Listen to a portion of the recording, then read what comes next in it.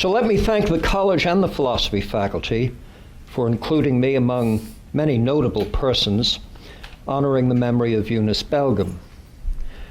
The roster stands as something of a who's who in philosophy. Hilary Putnam, Bas van Frossen, Jonathan Lear, Julia Annis, my ever puckish friend Galen Strawson, and many others. In company of this sort, I will be sure to mind my place, attempting little more than a progress report on the issues on which some of my predecessors have offered brilliant commentaries. The topics I've chosen are quite well rehearsed in philosophy: consciousness, which is the subject of this talk, and then later this evening, character. Now, if any one of you dares to credit me with originality once I've completed my assignments, I will claim to have been systematically misunderstood. What I plan to defend is the proposition that most of what we yearn to know about the mind and mental life is already very well known to everyone in this room and beyond, though the mode of knowing seems to be too innocent to count as knowledge. And most of what we hope to discover about the nature and the variety of character is already richly documented and readily available in the history of human life on Earth. There are no mysteries here, no need for special tools for magnetic resonance imaging. What renders these topics vexing is not their content or properties, but their stubborn resistance to being absorbed into the developed sciences. In this respect, we gain insight into the intellectual ethos of our own age by sampling what it takes to be authoritative. Interesting implications thereupon arise to the great consternation of theory makers and to those vaunted original thinkers, of which I happily proclaim myself not to be one. The father of Scottish common sense philosophy, Thomas Reid, reminds us that theories and conjectures are the creatures of men, and nature seldom mimics, you see. I follow that. But the question nonetheless remains: how can there be a real X, and at the same time an X seemingly beyond the reach of science? Science, of course, has been a quite protean term throughout history. Before it became the standard, comparably authoritative modes of truth-telling held pride of place. Pick a century and a defined community, and you will find epistemological authority conferred on, ready now, take notes, revelation, intuition, observation, argument, consensus, fate, skepticism, even the occasional Homeric dream demon. In each era, all sorts of debate-stopping conventions have been mastered by the best and the brightest.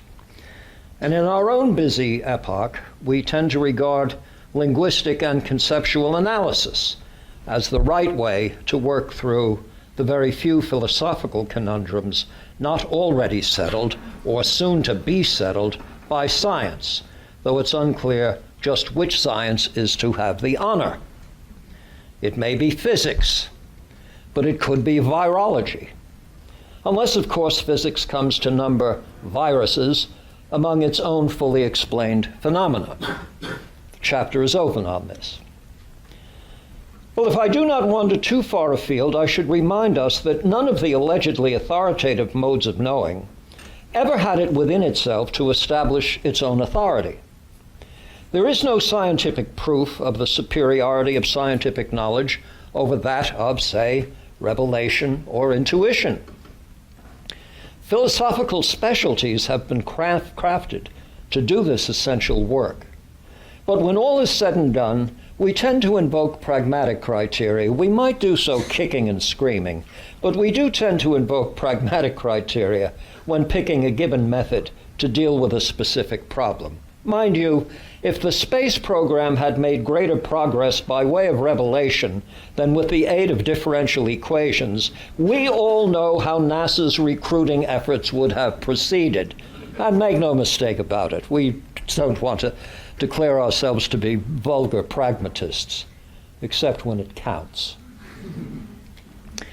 Well, on just such pragmatic grounds, the record of science has been so successful as to put all other modes of knowing on notice. Among the stubborn holdouts in all of this are those peculiar items generically, if always ambiguously, referred to as mental, with consciousness widely regarded as the most refractory. Attempts to solve the riddle have followed what by now are the traditional tools in the academic workshop. With one set of tools, these vexing mental items are shown to be entirely fictitious. Then there's that user's manual labeled philosophy of mind, which allows one to begin with an untested and untestable theory, and then to work backwards to a set of propositions rendering the theory somehow true. Today's featured instruments are found in that large and growing section of the workshop identified as the brain sciences.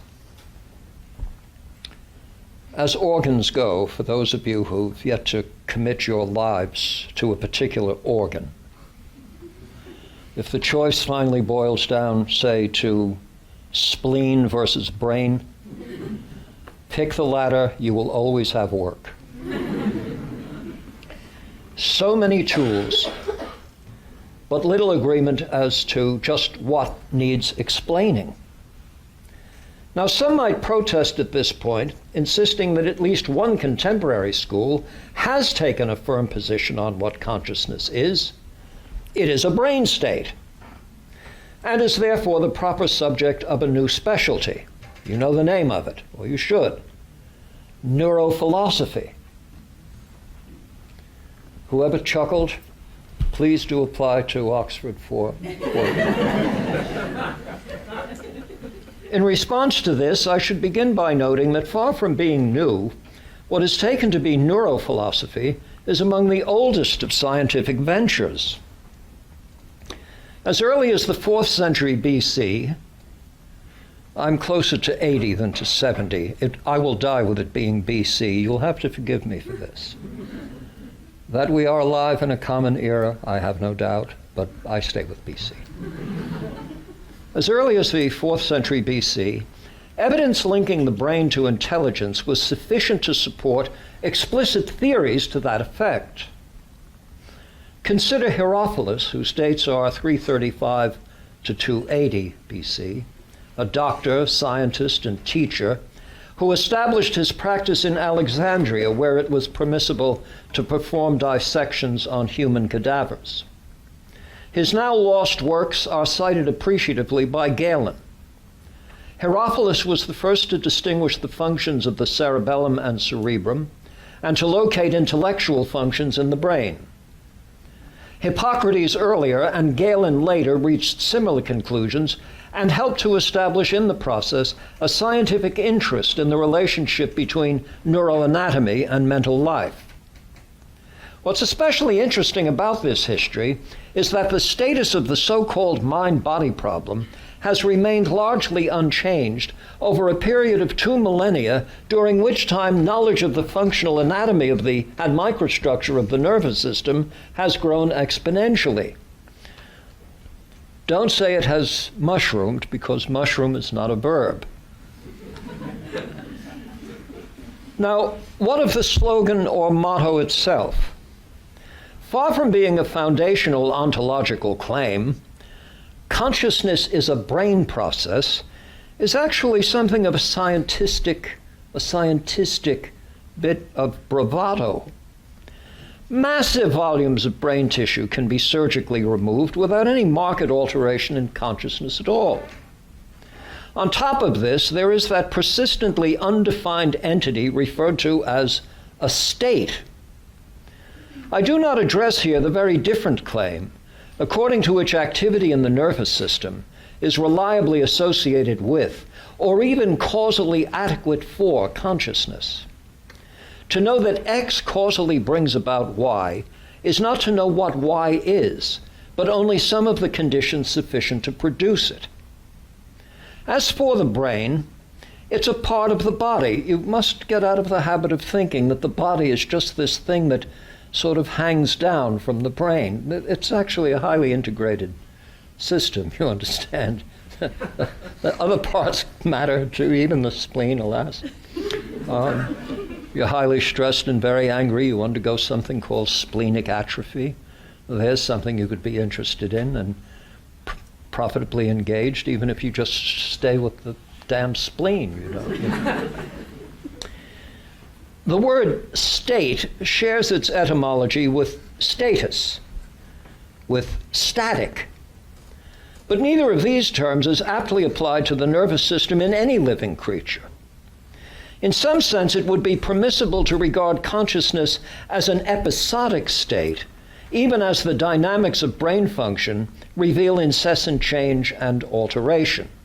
In a word, consciousness is a brain state, is best located, if I may say, in a fortune cookie or a Gothic mystery where we also learn such things as life is a deep river meandering toward the certainty of death. As a phrase, it is evocative, suggesting deep, if impenetrable, wisdom. I think we'd probably do well just by ruling it out of polite scientific conversation. If I'm caught ever saying that consciousness is a brain state, up the medication. Well, might we also rule out consciousness as a term fit for any scientific purpose? After all, the history of science offers useful examples of addition by subtraction. Occam's razor is one instrument designed specifically for this task. Consider the many attempts to account for phenomena in terms of the effect of the ether. Is it not obvious that if light is to be propagated through space, there must be something to carry it? The medium of choice in Victorian times was the luminiferous ether.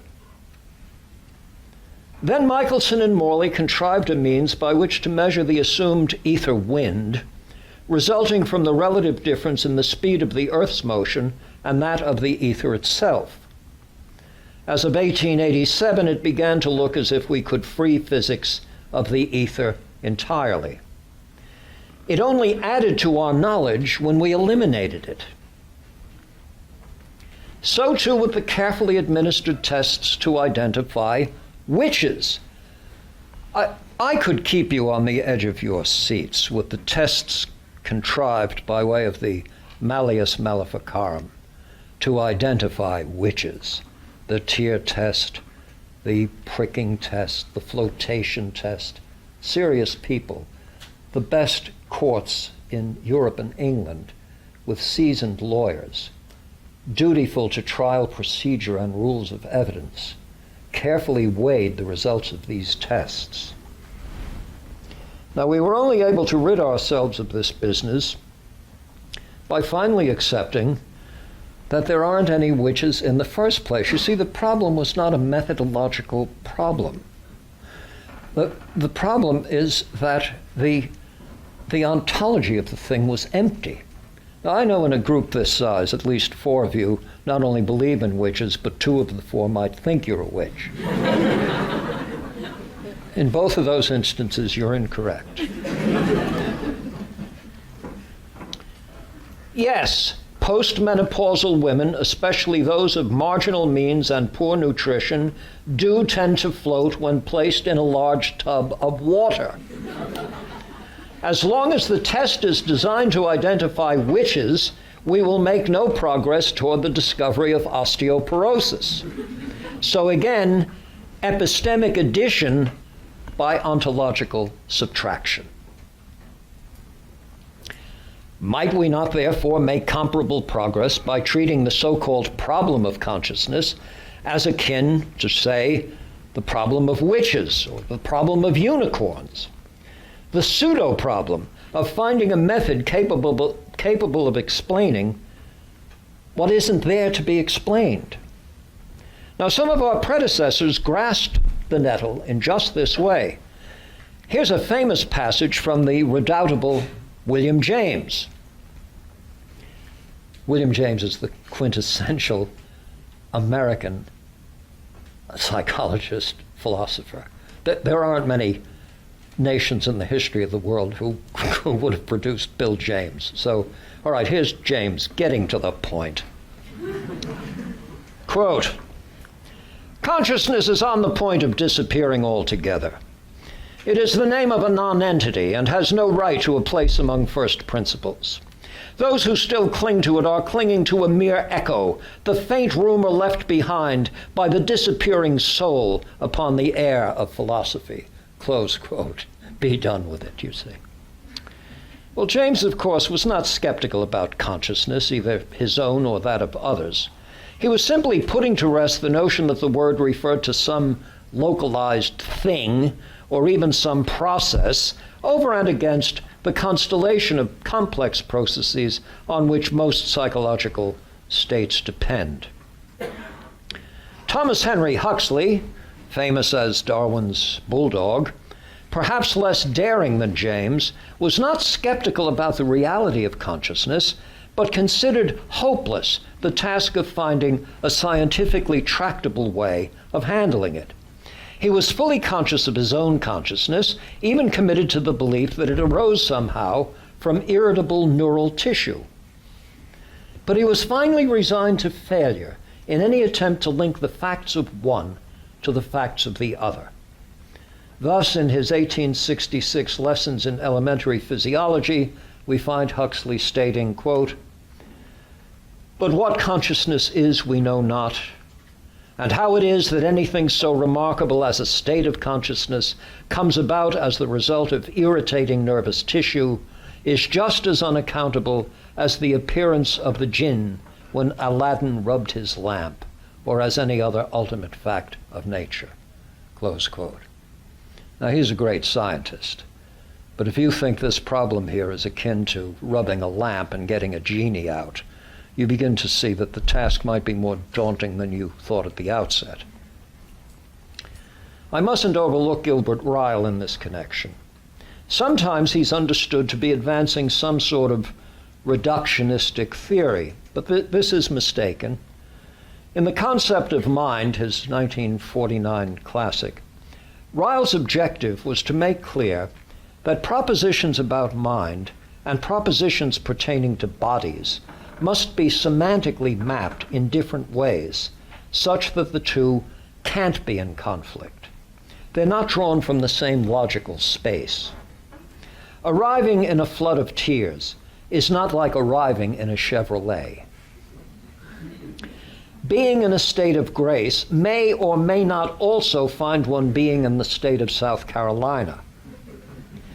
We take as absurd a sentence of the sort, "Helen is in a state of grace and South Carolina." Attempts to absorb both properties into a single category will yield not only unintended humor, but what Ryle famously referred to as a category mistake. The same mistake, one might contend, is made when assuming that, in addition to acts of perception, cognition, and intelligence, there's some other distinct category, that of the mental. On Ryle's influential account, the proper understanding of mental terms is that they refer not to a distinguishable domain of the ineffable, but to classes of intelligent or cognitive acts and dispositions to act. The goal here was to get the ghost out of the machine. I shall be arguing that my task is to get the machine out of the ghost, but that comes in a little while. To follow James and Ryle is to reach a metaphysically less troubled condition, no longer having to worry about a reality needing room for two radically and incommensurately different sorts of stuff. So the problem of consciousness goes away. Perhaps. I, as it happens, am constitutionally argumentative. If it is the case in principle that the grammar of mind talk and that of brain talk can't possibly be mapped onto each other, then the hopeful and busy program of neurophilosophy is simply based on a mistake. These will be two ships that just pass each other. But so too is much of what we routinely find in neurology texts and clinics. When we say that the pitch of a sound is tonotopically organized in sensory cortex, we are referring not to a metaphorical, but to an actual map, an actual mapping. Tonotopic means that each discernibly different part of the frequency spectrum is spatially represented in successively adjacent parts of that region of sensory cortex associated with perception of sound. Tonotopic organization in the cortex. It's an actual map, not a metaphorical map. So also with the dermatomal distribution of sensations on the body's surface, and the cephalocaudal sequence of movements tied to adjacent regions of the motor cortex. You can use a little stimulating electrode and get everything from ears wiggling to toes wiggling as you move along the motor strip. We'll know that you've done some work in the brain sciences when you know that the Isle of Ryle is not in the Caribbean. The point, of course, is that there are at least some statements in neurology that do faithfully translate specific statements about mental life. As for William James's faint rumor, David Chalmers says that consciousness, quote, poses the most baffling problem in the science of the mind. There is nothing that is harder to explain, close quote. So as faint rumors go, consciousness is proven to be surprisingly durable. Its nature, sources, and effects now generating whole institutes, not to mention the generous subventions that such endeavors insatiably crave. Shall I put it crassly? There's money in this, you know. Not a bad thing, but if you plan to earn your fortune by saying that issues in philosophy of mind are not to be absorbed into some more foundational science, you'll go broke. Have a rich uncle. To mention David Chalmers is to invoke the specter of his weird, every undergraduate loves this, and you should, philosophical zombies, officially dubbed P-zombies, and featured in Chalmers' The Conscious Mind. Now, time doesn't allow me to venture too far into the zombie world. But if, as a thought experiment, it is interesting, it is so for this reason. Powerful arguments have been offered in defense of the claim that reality is finally and solely physical. There is no additional mental reality. Light is not carried by a luminiferous ether, and consciousness is not carried by a mental ether. Yet we surely can imagine a world in which, for each of us, there is a zombie clone, physically identical to us, but lacking consciousness. You can imagine that. After all, everything we do, from making toast to flying to the moon, could be done through a series of movements not accompanied by consciousness. There's no reason to believe that IBM's Deep Blue made chess moves consciously. P.S. There's also no reason to believe that Deep Blue made chess moves, but that's another topic, alas. So a theoretical zombie world may match ours physically, though utterly lacking in the stuff of the mental. Accordingly, a theory that would restrict reality to the physical must admit of a counterexample, and hence physicalism is false. Now, if it were that easy, we would be out of work. But I mean, that would be one argument toward the conclusion that physicalism fails. There have been other strategies for assessing physicalism, only to find it failing again in the matter of consciousness. For a time, the incredibly frequently cited Mary problem, invented by Frank Jackson, did seem decisive. Jackson sets the matter this way, and he writes it so clearly that I think it's best just to read Jackson on Jackson's Mary problem. Quote, "Mary is a brilliant scientist who is, for whatever reason, forced to investigate the world from a black and white room via a black and white television monitor.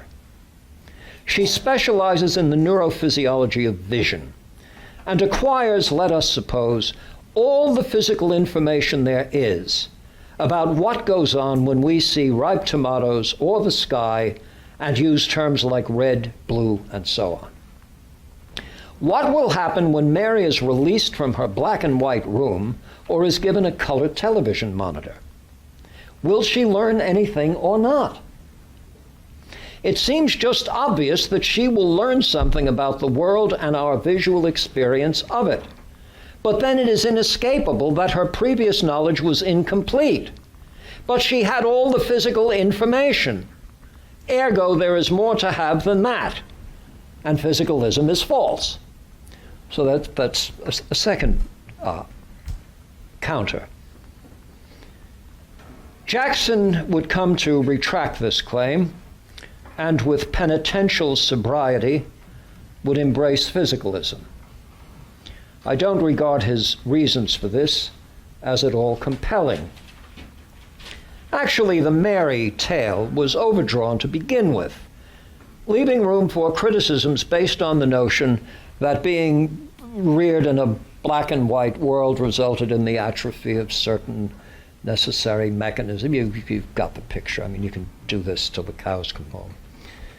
Well, Jackson might have given us a Mary who knew nothing about Bermuda onions. She knew everything about them physically and chemically, and structurally, cellularly. But she hadn't tasted one. Now, would her discovery be better understood? That is, now she bites into one. And now she knows what a Bermuda onion tastes like. You got it. Now, suppose we apply the objections that were raised to Jackson. We would have to explain all this as Mary, at this point, having suffered life in a Bermuda onion-deprived environment. This isn't going to work.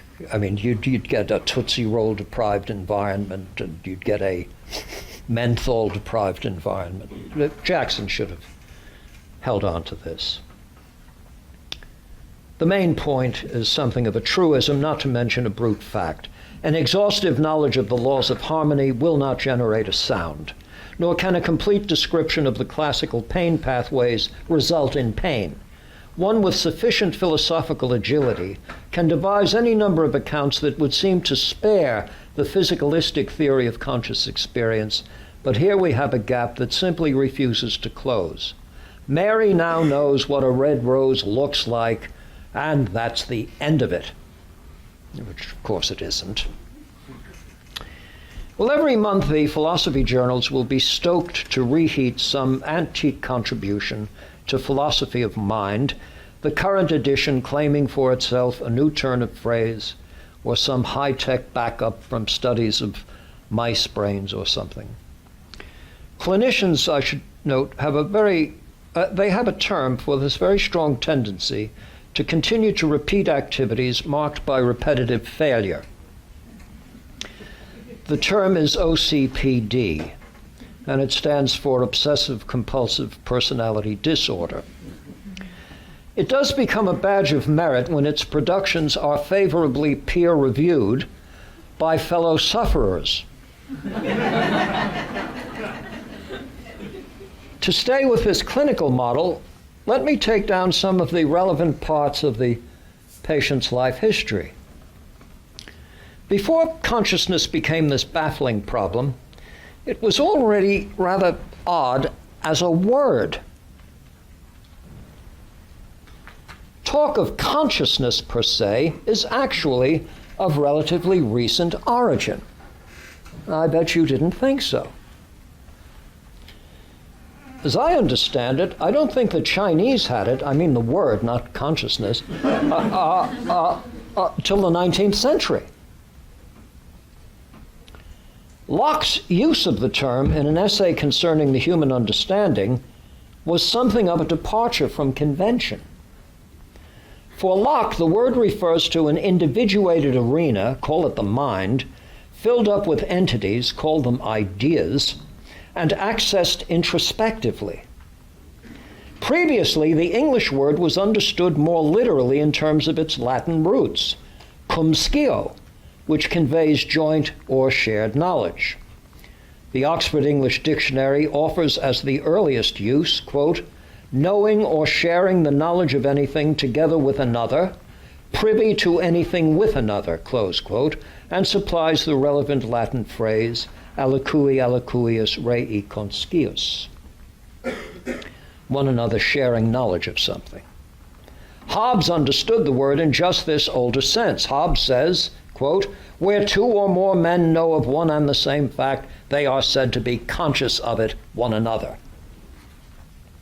I should tell you, when the French got around to translating Locke's essay, they weren't quite sure how to render consciousness. By the way, there are some wonderful stories about this. Locke wrote a very famous essay concerning the human understanding. It's a classic in philosophy. All philosophy students should read it and will read it. But there are some counterintuitive elements in this, particularly when he attempts to reduce the nature of personal identity to a congeries of memories and so forth, such that if in fact you had had an entirely different chain of memories installed, you would be a different person. He offers as an illustration of this a prince and a cobbler who go to sleep at night, and in the middle of the night the memories of the prince are moved into the mind of the cobbler and vice versa. Locke says, I grant you that on arising the next day, they will be the same man, but not the same person. So it's something of a memory theory of personal identity.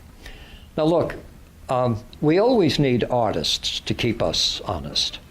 And so there were those in Locke's time who thought that the pretensions of the Royal Society, the scientific pretensions, were biting off rather more than they could chew and scaring the hell out of children and small animals. So they formed a little group to do a job on some of these claims, and they named their group after a character in Arbuthnot, Dr. Scriblerus. They named themselves the Scriblarians. Name one Scriblarian for me. No? You know them. Alexander Pope, Jonathan Swift. What is Laputa? It's an island with scientists up there. They've got a technique for extracting sunlight from cucumbers, and with enough government subsidies, they probably can get enough of the stuff to sell it off cheaply. And if you protest what they're doing up there, that island just comes down and flattens you. So the Scriblarians said, well, this is quite interesting. So Smith is shot or stabbed. And as he falls to the floor, he has some recollections of an assault that he didn't have previously. By the time he hits the floor, he's a different person because a different chain of, you begin to see the story. Well, the Scriblarians had some fun with this, but Locke stayed with the word consciousness, and we've stayed with it ever since. I just want you to know that it was in the 17th century that it takes on the character that would make it a philosophical problem today, that it was understood in rather different terms earlier. Now, not only is consciousness, as we use the word, of relatively recent vintage, but there is, according to certain accounts, surprisingly little in ancient Greek philosophy that anticipates our own philosophical interest in it. More than 40 years ago, Wallace Matson asked a question. It's a paper that classicists still do properly pay attention to. Quote, why isn't the mind-body problem ancient? On this point, I believe Matson and others have underestimated what Aristotle especially was seeking to explain regarding mental life and the elements he would have taken to be relevant to an explanation. Even in his time, there were versions of what are called modularity theories. Against those who would have discrete parts of the soul, desiring or fearing or being bold, Aristotle offered a schoolmaster's correction. Quote, "To say that it's the soul which is angry is as if we were to say that it's the soul that weaves or builds houses. It is doubtless better to avoid saying that the soul pities or learns or thinks, and rather to say that it's the man who does this with a soul." From this passage, it should be clear that Aristotle would be no more inclined to say that a brain builds houses than he was about souls doing it. We do it. What is clear in the passage is Aristotle's understanding that human activities arise not from parts of bodies, but from human beings capable of developing the means by which to secure intended ends. Aristotle was not guilty of what my friend Peter Hacker has dubbed the mereological fallacy. Now, on the specific question of whether Aristotle was alert to the special nature of consciousness, I told some of the students today, some years ago I was giving a lecture at Princeton to the politics department on issues in law. And they were taking me to supper after the talk, and while we were walking over to one of these dreadful restaurants, one of the senior faculty members asked what I was working on, and at the time I was writing a book on Aristotle. He said, "Well, why are you writing a book on Aristotle?" And I said, "Well, I have an interest in the history of ideas, and I thought I'd begin alphabetically."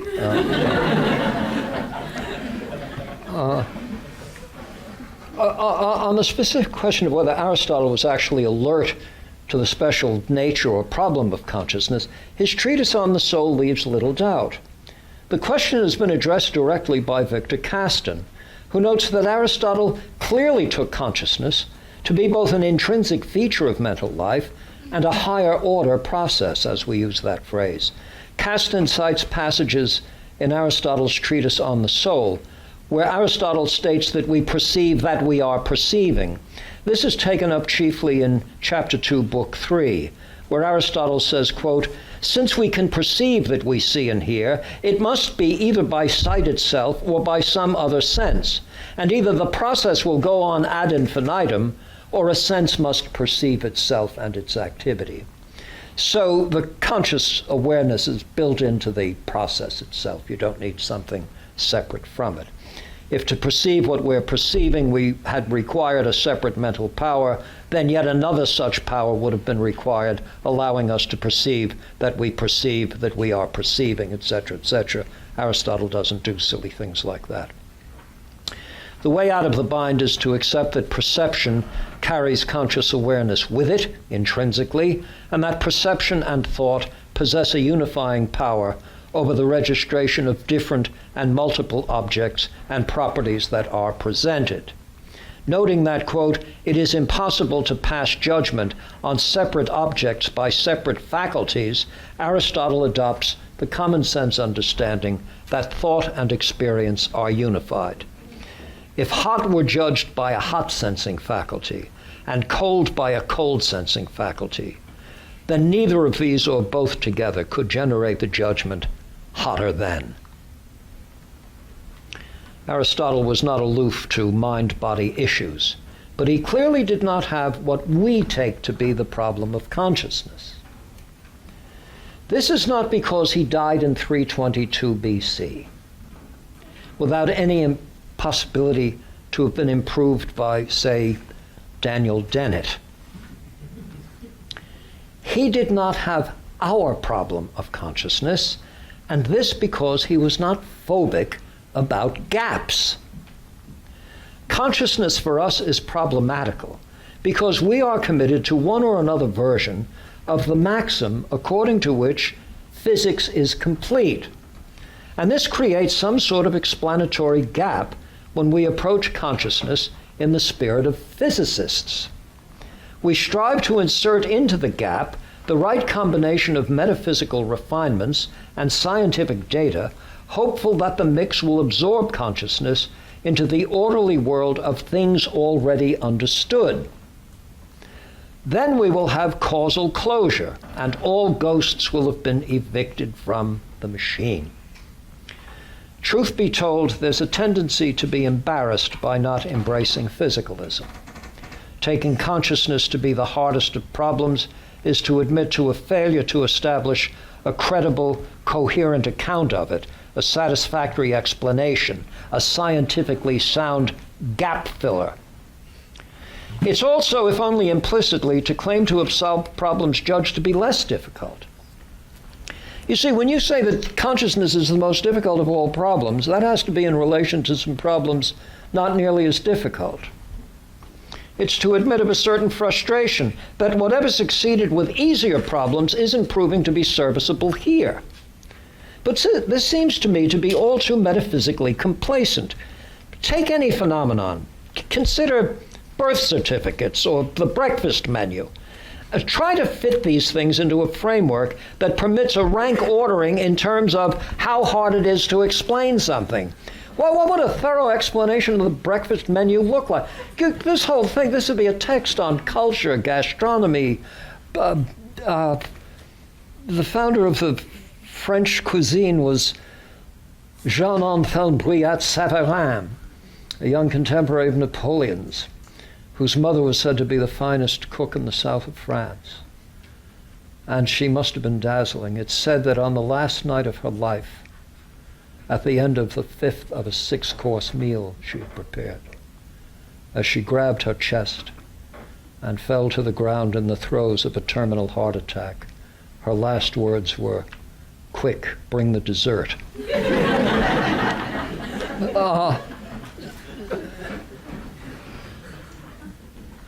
What sort of framework do we have in mind? What is it about consciousness that renders it more difficult to explain, as I say, than, say, breakfast? I know how folksy this sounds. That's a positive. It wouldn't be more profound if I gave this to you in Latin or Greek. You'd just be more impressed. But it's the same question, how do you account for breakfast? What criteria have to be satisfied for us to be satisfied that something has been explained? Unencumbered by metaphysical scruples, we might be inclined to say that an event is explained when we've identified the conditions necessary and sufficient to bring it about, the so-called manipulability criterion as an account of causal dependence. Reassurance here is something that quickly gives way to frustration once we recognize the difficulty attaching itself to such terms as condition, necessity, sufficiency, especially when these are to be incorporated into something called causally efficacious. In that wide and various domain of physical entities, just what is it that qualifies as a condition? And is a given condition, under all conceivable circumstances, ever safely to be sufficient to bring about an event? Then, of course, there's the additional ambiguity surrounding the notion of something bringing something else about. Seeking authority in such matters, we might be inclined to turn to, let's say, Isaac Newton. But in that case, we would quickly find ourselves abandoning all claims to contemporary trendiness. Newton was a consistent advocate of explanations based on, yes, Aristotle's notion of final causes. Yes, celestial dynamics is governed by the laws of universal gravitation, but in attempting to explain the whole picture, Newton, in his Principia, takes recourse to, of all things, quote, the design and dominion of an intelligent and powerful being, close quote. Apparently, he was in the thrall of Professor Dawkins' God delusion. Happily freed from such antique superstitions, we reach instead for mechanistic modes of explanation. Thus, an event is brought about by some mechanism. This remains a rather lazy way of framing explanations where there isn't any evidence of a mechanism at all. But the habit of assuming mechanisms is not new. Early in the 18th century, such notions were tied to the presumed physical influx, the physicus influxus, in which the putatively causal entity, watch me now because I need an audio-visual device here, my hands, the putatively causal entity somehow actually empties itself into that which it is bringing about. It's a physical influx. You see, there are certain hand movements that are shorthand for, I have no idea what on earth I'm talking about. So you do things like this, you wave it around a bit, you know. It becomes choreographed in a way. Well, it's a physical influxus, you know. If I said it's a physical influxus, you'd look at me like that. But if I say, you know, it's a physical see, this is supposed to add something to the account, which it doesn't do. Little thought was given as to how the supply of the stuff is replenished. You see, once I've physically influxed into something, I might need more of it to keep the damn thing moving. Where am I going to get all of this? Don't ask me for a list of the leading scientific commentators who accepted this, by the way.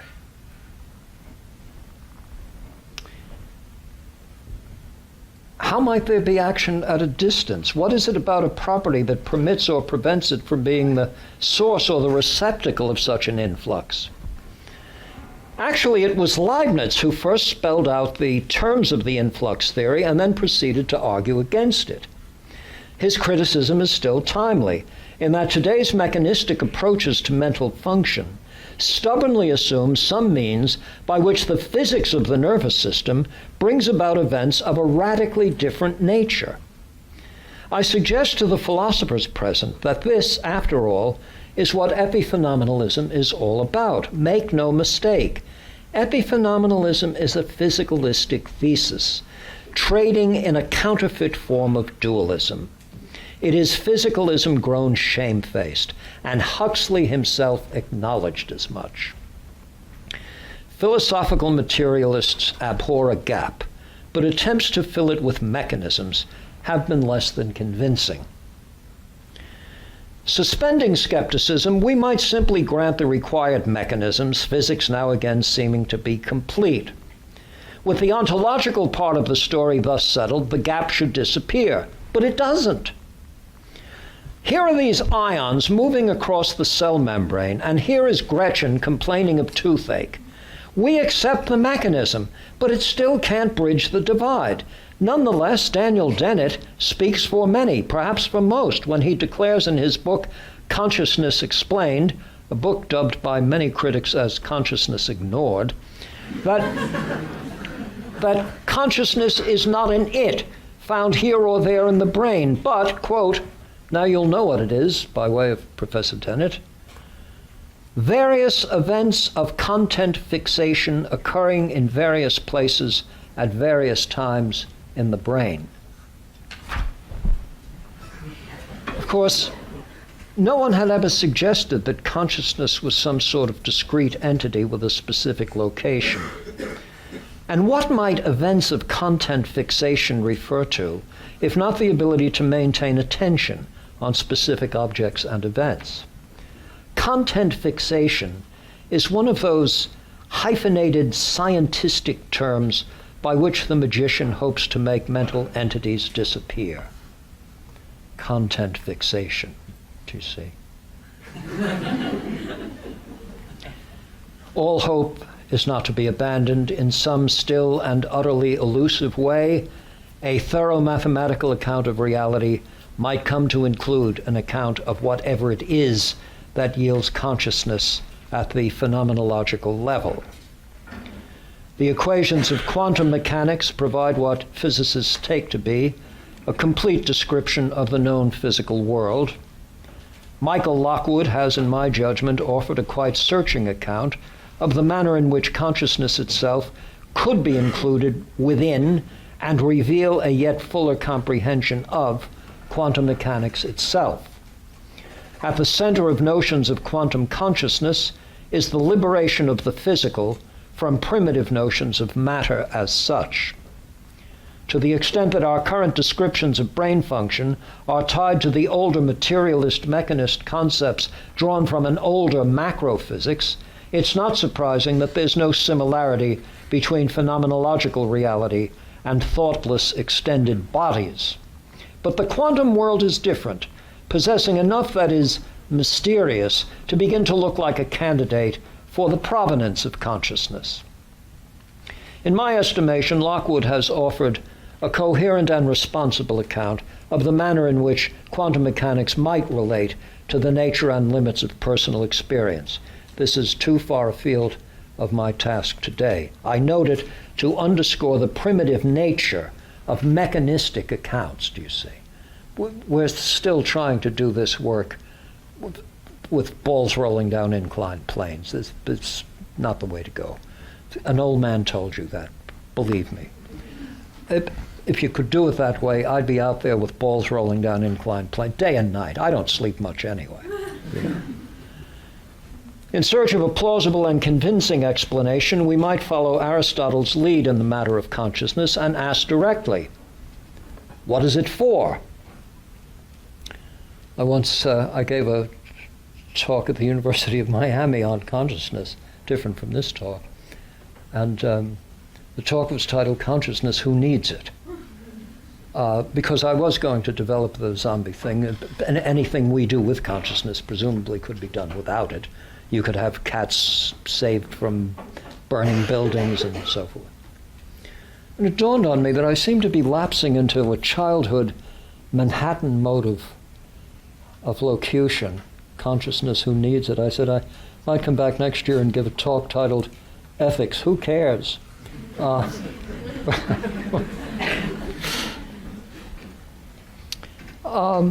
what is consciousness for? Let's turn again to William James, always serviceable in matters of this sort. And here he has a certain kinship with Lockwood. In Principles of Psychology, William James speculated that were it not for mental states, the hair-trigger instability of the brain would descend into chaos. In his characteristically jaunty way, James put it like this, quote, "The performances of a high brain are like dice thrown forever on a table. Unless they be loaded, what chance is there that the highest number will turn up oftener than the lowest? All this said of the brain as a physical machine, pure and simple.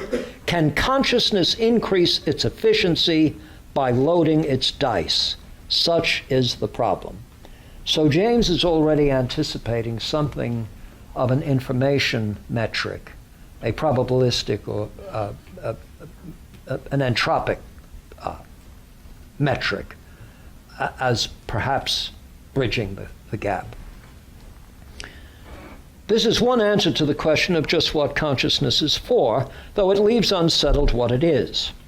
I don't think James's brain control theory has quite the appeal as it might have had a century ago, though there seems to be a vague anticipation of the relevance of what we now recognize as quantum probability states. However, we have any number of complex hair-trigger systems that are very carefully and precisely regulated without the control functions requiring consciousness of any kind. Again, what is consciousness for? Where shall I begin?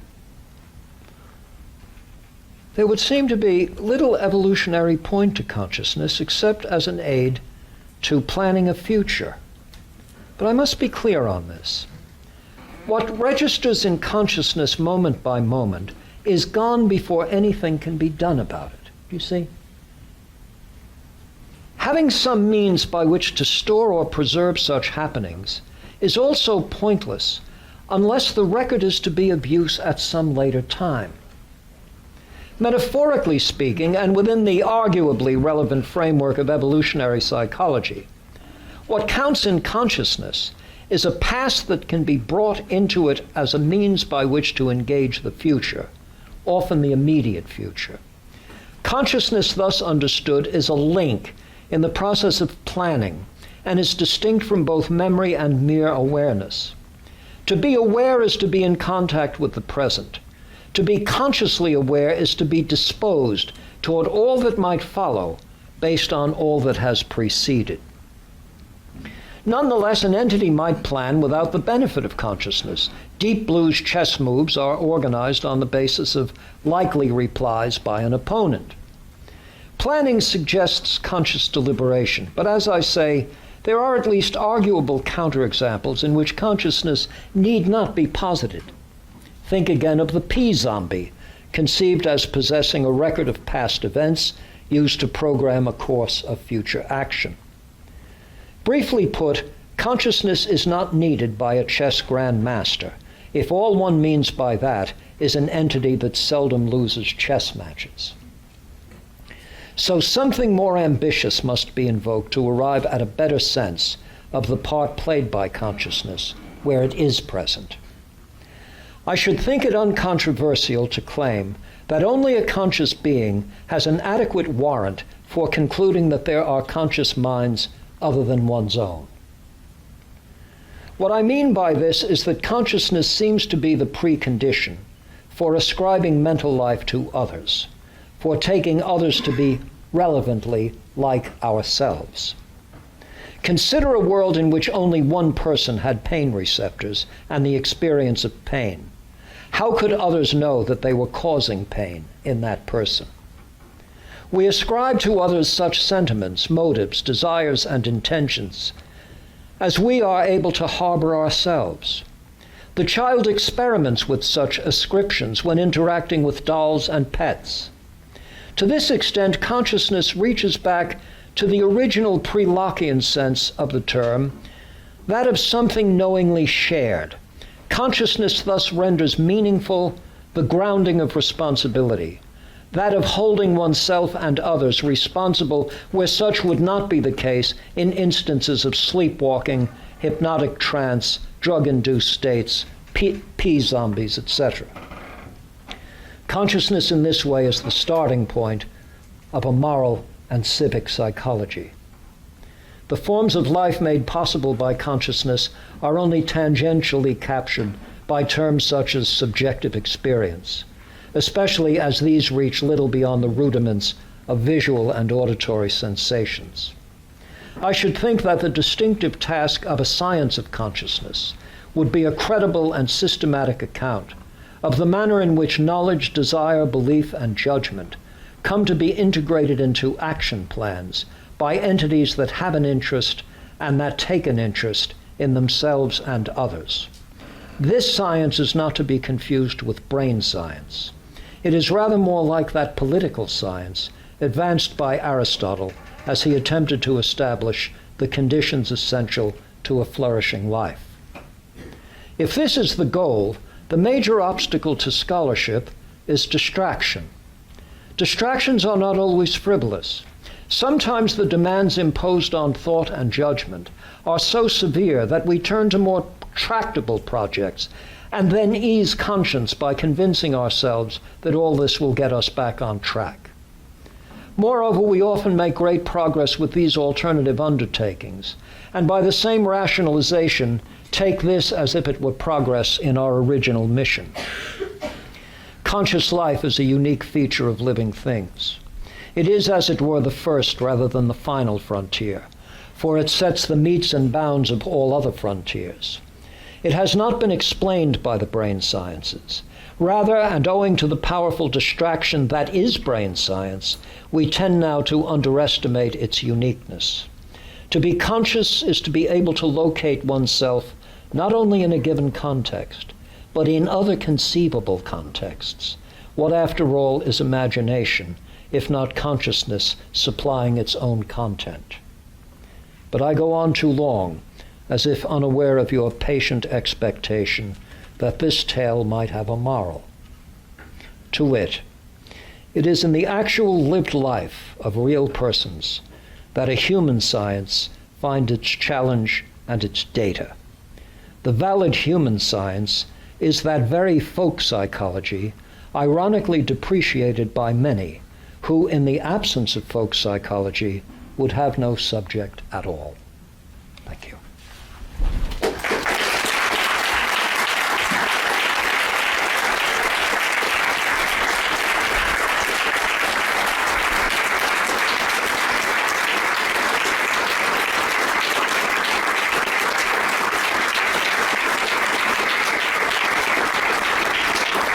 But if I might just thank the chorus, the Oxford chorus. I should tell you that in 3 weeks I'll be giving my first lectures of term on Thomas Reid's critique of David Hume. And you've now supplied me with an opener for that lecture. And it's going to be, as they sit there, that I could be back in the States at St Olaf's College, where when I come in to speak, I'm greeted with song. Well, we have time for questions, comments, as you like. Somebody just say one thing that Dan Robinson has often said, that even the best philosophy should end not with a period, but a semicolon, and then those to be continued. And he actually did his last book on consciousness. It does end with a semicolon. Oh, I must tell you that the copy editor called up and she said, "I don't know if you caught this, Professor Robinson. Do you know your manuscript? You ended the book with a semicolon. We've changed it to a period." I said, "No, you haven't."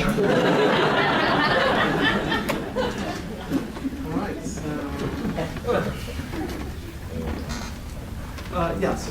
So you mentioned that if consciousness was sort of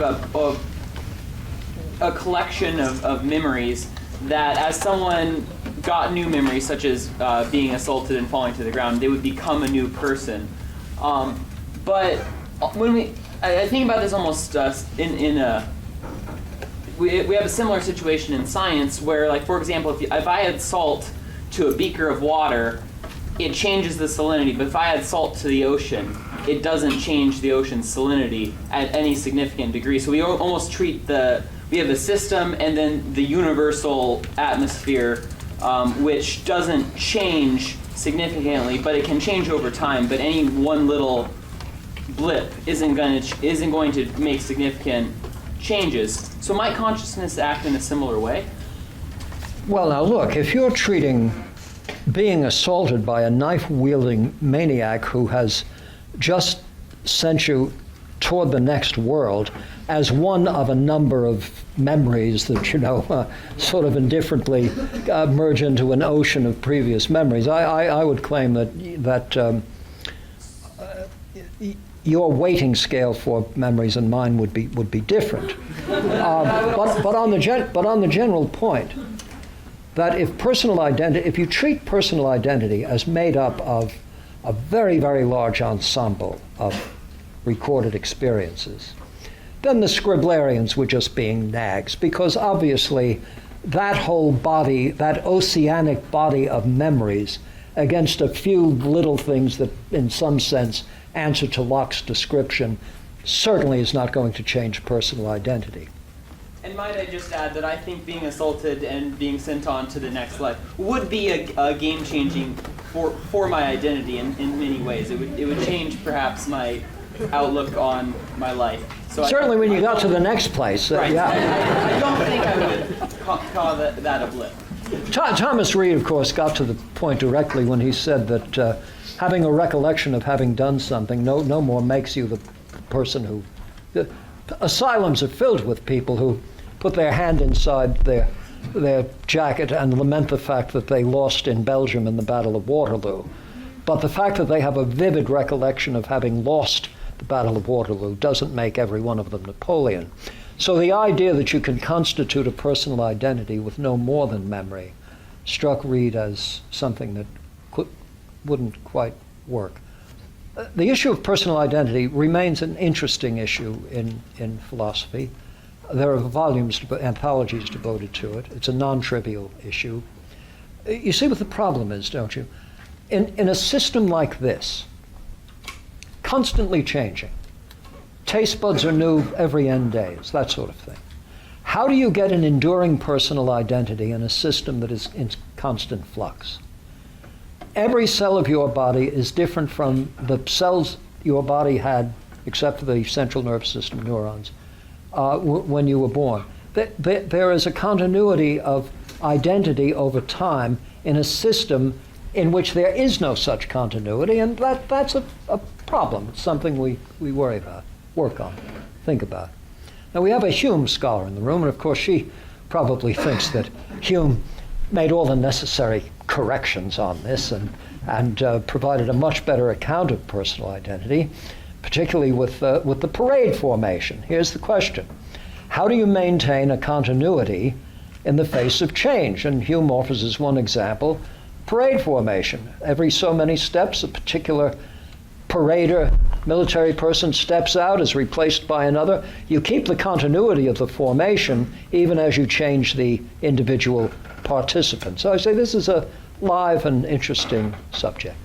All right, we have another question here. Yes, Max. Kind of going off that discussion of personal identity being affected by memories, then to what degree do you think individuals have control over their own personal identities, or is it all just determined by experiences? I tried to legislate a change of terminology in some absolutely brilliant papers cited by no one. I'll cite it, Master. And I thought it would be useful to make distinctions between and among the terms self-identity, and personal identity. Why? Suppose you go into a room filled with strangers. They know absolutely nothing about you.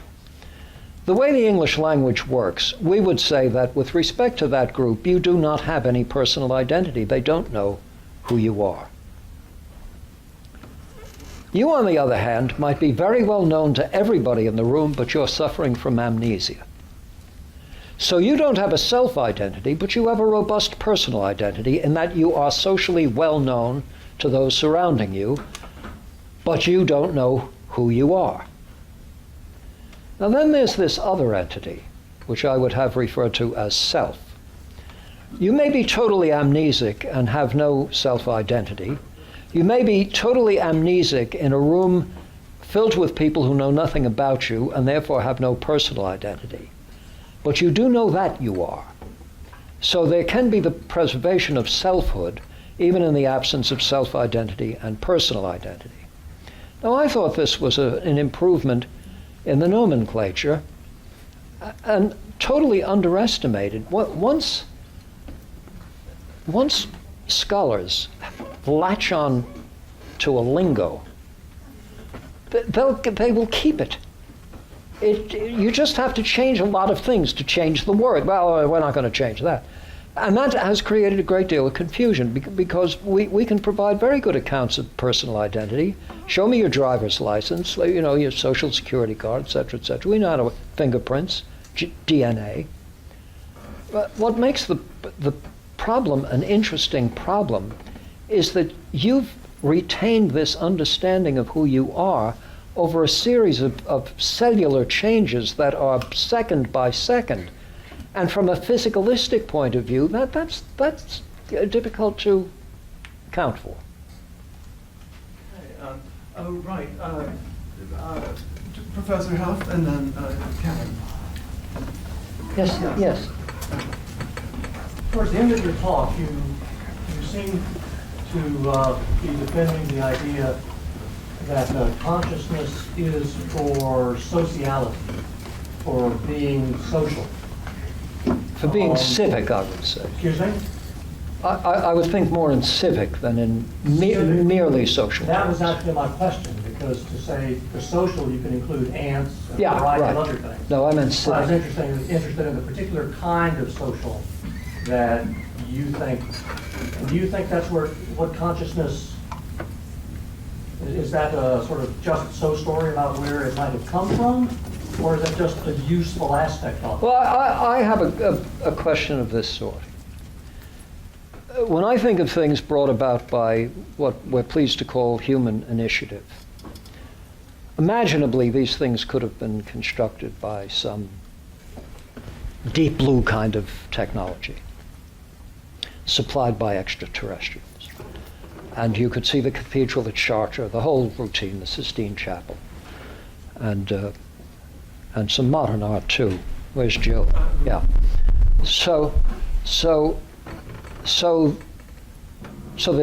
one could look at all of those productions and say, well, what place is there for consciousness? Since all this can be brought about, you can bring about quote, caring for those in need, doing surgery, etc. To a first approximation, it seems to me that an answer to the question, what is consciousness for, is multi-staged. First, it's the basis upon which I ascribe a mental life to others, by inference.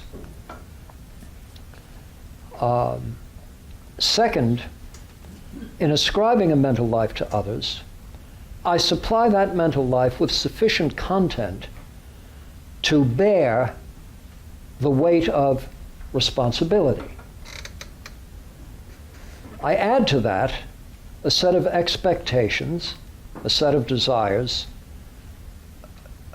conditioned by the plausible assumptions I make regarding the mental life and the moral life of responsibility-bearing, mentally equipped others. Now, as this starts to flesh itself out, one begins to see the possibility of an ordered state, etc., not an ant-heap, not a beehive, etc. Can I do any more than that?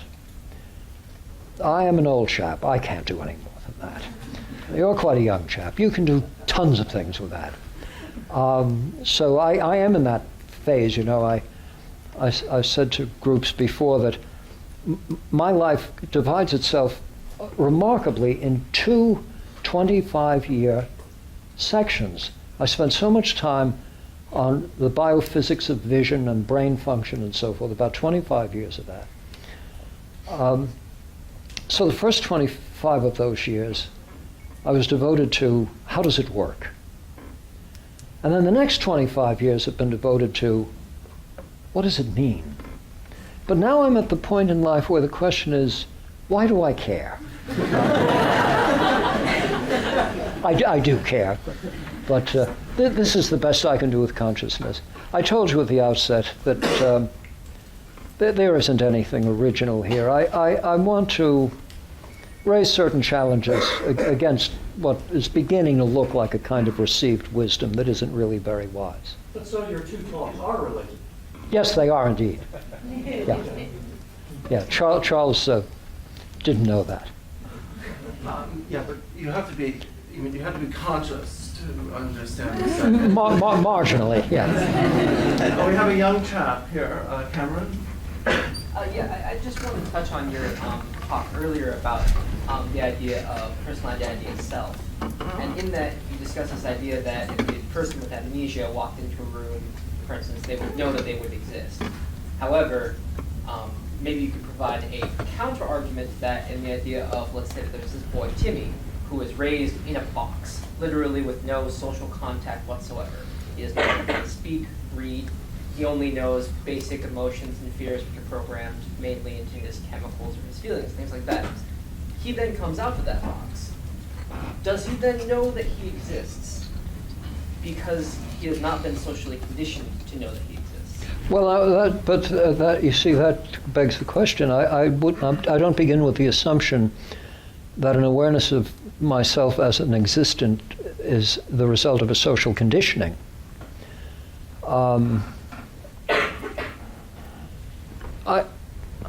I want to answer responsibly. There are degrees of neuropathy, of neurological impoverishment. I mean, it's one thing to talk about a feral child, but you've described a situation that goes well beyond someone raised by wolves, where questions of the sort, does this entity possess X, Y, or Z, may actually be not intelligibly related to any evidence the entity in question can provide. So this is something one does I should think, on a case-by-case basis.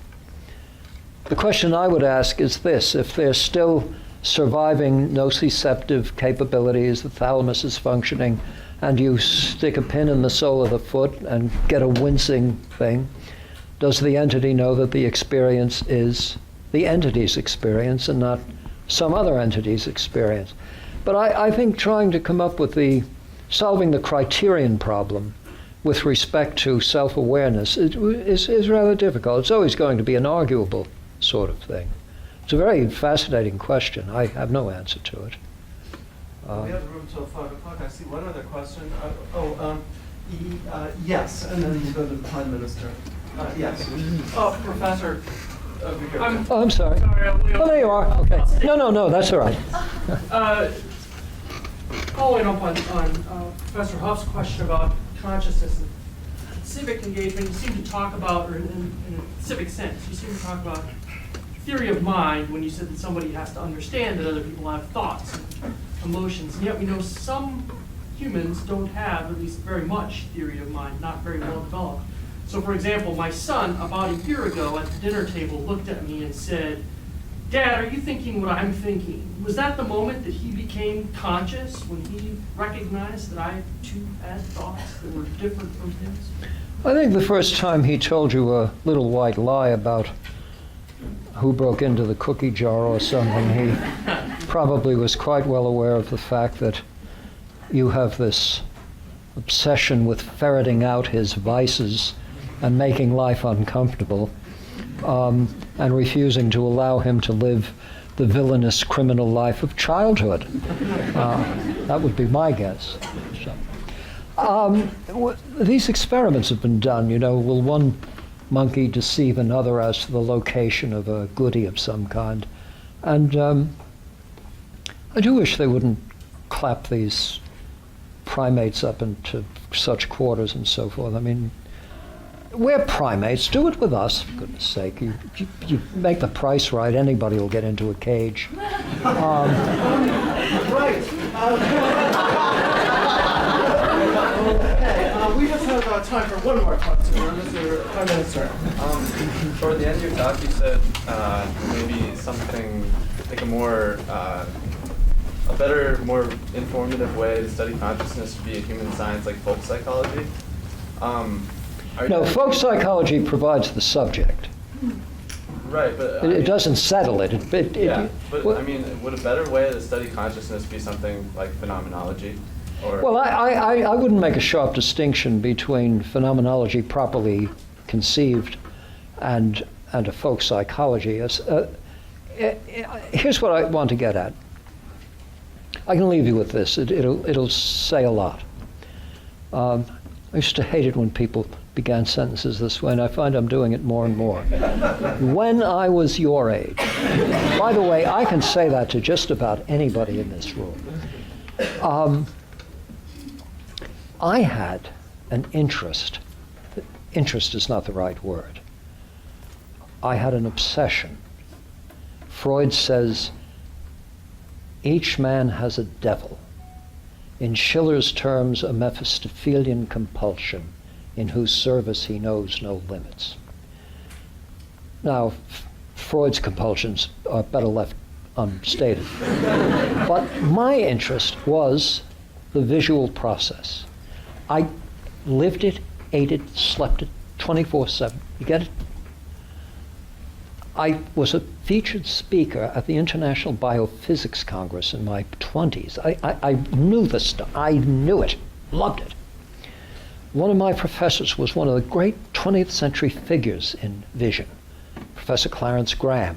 He would very often say in seminar, we were all fellows there, remember, boys, we're interested in vision, not seeing.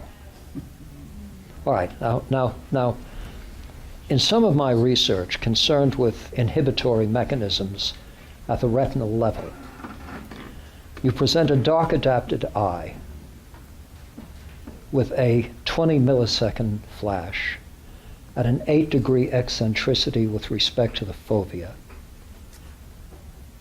Coherent light delivered by a Maxwellian optical bench. You follow that with an annulus of greater duration and slightly greater intensity, and you find an interval where the second one renders the first one masked. Now you provide a third annulus sufficient to inhibit the second, and you get disinhibition of the first. And that eliminates an erasure theory of backward masking. Right, hold on. When do you think is the next time in the history of the human race that someone dark adapted for 30 minutes with their chin in a chin rest and their head against a forehead restraining device and a dim red fixation patch will have a light delivered to an 8-degree eccentricity with respect to the fovea as they watch a 20 millisecond flash of light delivered by Maxwellian optics? Answer to the question, it will not happen in the future of the world. Planet Earth will suffer the heat death. This will never happen, all right? Folk psychology begins with the assumption that we're really interested in seeing, and whether or not we will be able to understand that by knowing all about vision is an open question. Scientific approaches begin with the assumption that if you know everything about the visual process, there's nothing in seeing that's left over. Okay, so